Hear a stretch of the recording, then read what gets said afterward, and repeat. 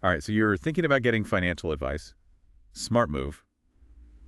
And let's be real, picking someone to help with your money. It can feel as daunting as, I don't know, picking out a used car. Oh, absolutely. Way more important than a couch, that's for sure, which is another analogy I hear sometimes. Right, because this is your financial future we're talking about. So today, we're diving deep into what actually makes a financial advisor qualified. And for that, we're looking at, well, mainly the Certified Financial Planner designation, right? That's the CFP we hear so much about.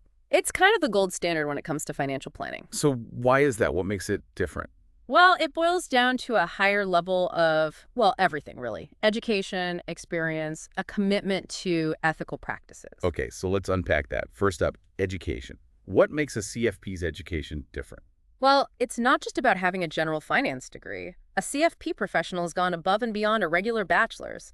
They've delved deep into complex financial planning concepts, retirement planning, estate planning, taxes. Oh, taxes. Always fun. Right. And the thing is, they need to understand how all those different aspects of your finances work together. It's not just about picking stocks, it's about creating a holistic plan for your financial well-being. So that brings us to the CFP exams. I've heard they're no walk in the park. No, they're pretty rigorous. And for good reason, they're designed to test not just your knowledge, but also your ability to apply that knowledge in real-world situations, making judgment calls that could make or break someone's financial security. Yeah, that makes sense. You don't want someone learning on the job with your life savings. Exactly. And that's where the experience requirement comes in. Did you know it takes thousands of hours of experience to even qualify for the CFP exam? Yeah, I think I read 6,000 hours in the material we were sent. That's, what, like 3 years of working full-time as a financial planner, if my math is right? It is, and not just any experience, but direct client-facing financial planning experience. I remember when I was just starting out, I had this case. Oh, a case. Do tell. Well, this client had inherited a sizable sum of money, but they had no idea what to do with it. They were completely overwhelmed. I was able to draw on my past experiences to guide them through the complexities of estate planning, investment management, and even tax implications, things I dealt with firsthand in those 6,000 hours. It was incredibly rewarding to see them gain peace of mind, knowing their finances were in order. See, that's what I'm talking about. That real-world experience, it makes a difference. Absolutely. You can study all the textbooks you want, but nothing beats having dealt with the emotional and financial roller coaster that comes with navigating someone's financial life. And let's talk about maybe the most important factor here. Ethics. The CFP designation holds professionals to a fiduciary standard, right? So what exactly does that mean for someone who's not a financial expert? It's pretty straightforward, actually. Fiduciary basically means a CFP professional is legally and ethically bound to act in your best interest. Not theirs, yours. Even if it means less money for them. Exactly. For example, let's say you're looking at investment options, and one of them comes with a hefty commission for me.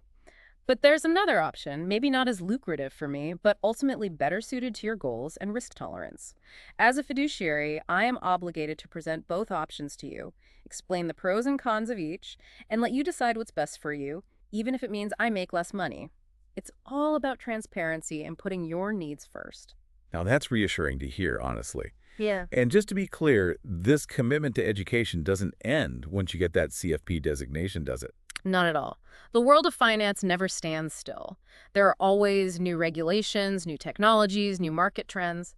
To stay ahead of the curve and serve their clients effectively, CFP professionals commit to ongoing education throughout their careers. So basically, they're lifelong learners, dedicated to staying on top of their game, all for their clients' benefit. Precisely. It's about constantly seeking new knowledge and refining skills to provide the best possible advice. It all comes back to trust, doesn't it?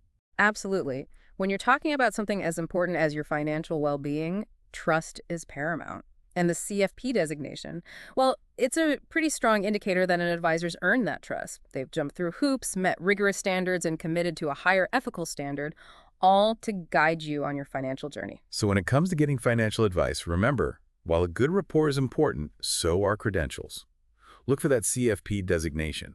It signifies a dedication to your best interests.